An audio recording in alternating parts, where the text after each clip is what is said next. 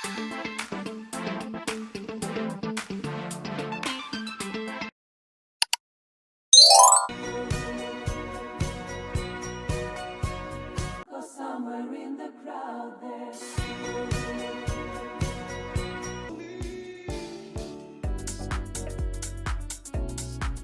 edukasi, pernahkah kamu bertanya, mengapa UUD 1945 itu yang menjadi dasar hukum tertinggi di Indonesia harus diamandemen?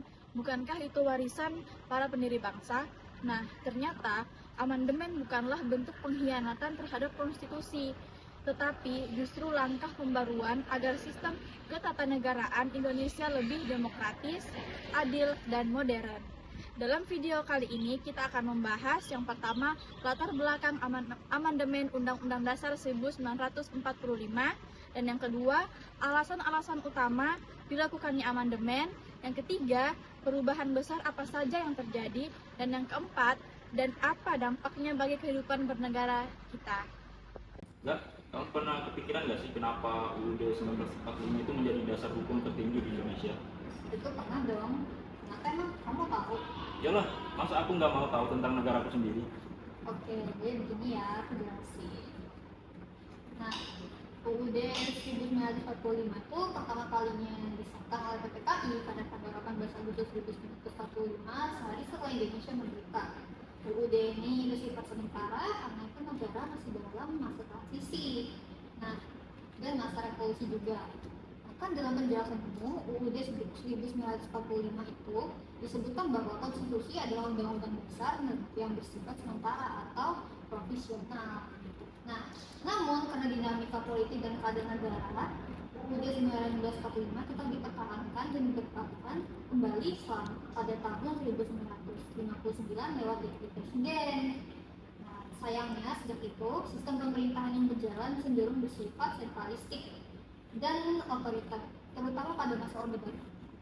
Presiden memiliki kuasanya sangat besar, sementara lembaga-lembaga lainnya berperan terbatas, bukan lebih banyak sebagai pendukung kekuasaan eksekutif. Itu alasannya. Tapi sebenarnya aku masih bingung sih, kenapa perlu dengan adanya amandemen? Kayak buat apa gitu loh?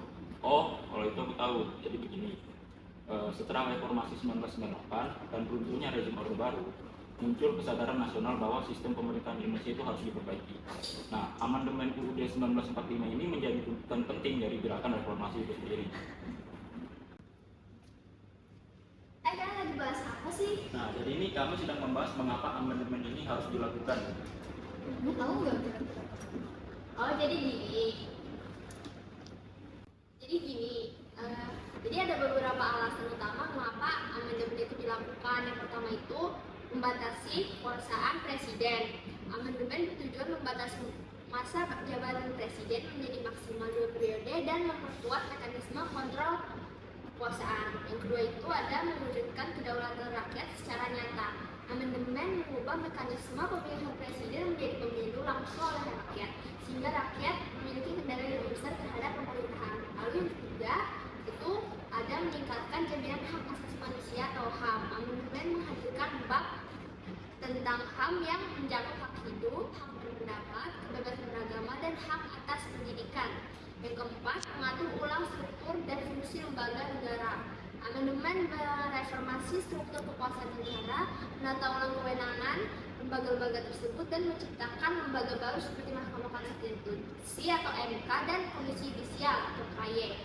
Lalu yang terakhir, yang kelima, menyesuaikan konstitusi dengan tuntutan zaman. Amandemen menjadi sarana untuk memperkuat demokrasi dan menegakkan keadilan sosial. Oh, gitu. Ya, jadi begitu. Oke, kalau gitu aku datang ya sama saudara dulu ya. Bye. Aku tadi habis ketemu dia bersama Rizkan tahu. Loh, jadi kalian lagi bahas apa aja tadi? Tadi kami itu membahas Undang-Undang Dasar 1945 dan perubahan amandemen. Kira-kira perubahan amandemen itu apa aja ya? Jadi gini dulu ya, amandemen Undang-Undang 1945 itu dilakukan 4 kali perubahannya dari tahun 1999 sampai 2002. Nah, lebih dari 90% itu pasalnya diubah. Contohnya itu kayak presiden dulu dipilih MPR, nah sekarang itu dipilih langsung oleh rakyat. Nah, masa jabatannya juga dibatasi, jadi cuma 2 periode. Jadi masing-masing barisan periodenya itu ada 5 tahun. Nah, ditambah juga bab 10A itu soal hak, isinya itu pasal tentang hak sipil, politik, ekonomi, dan budaya. Nah, MPR itu juga dirubah. Dulu lembaga tertinggi negara, sekarang tidak lagi. Nah, fungsi legislatif itu lebih dominan di DPR. Oh gitu. Ya. Jadi kira-kira dampaknya apa aja ya? Nah, jadi perubahan amandemen itu banyak membawa dampak positif untuk kita guys, kayak pemerintah yang lebih terbuka dan demokratis, adanya pembagian kekuasaan yang lebih seimbang, terus ada perlindungan HAM yang lebih kuat, terus ada keterlibatan rakyat secara langsung dalam pemilihan presiden, dan yang terakhir ada peningkatan akuntabilitas lembaga negara. Tapi amandemen ini juga masih menyisakan tantangan seperti kebutuhan penyempurnaan kelembagaan, perlunya pendidikan konstitusi bagi masyarakat, dan yang terakhir tantangan dalam mengimplementasikan prinsip negara hukum secara konsisten. Jadi kayak gitu. Oh, iya.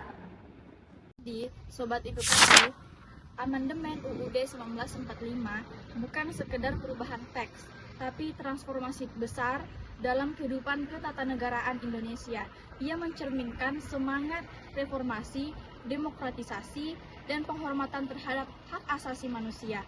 Tanpa amandemen, mungkin kita masih hidup dalam sistem politik yang tertutup dan terpusat. Dengan amandemen, kita menegaskan bahwa kedaulatan berada di tangan rakyat.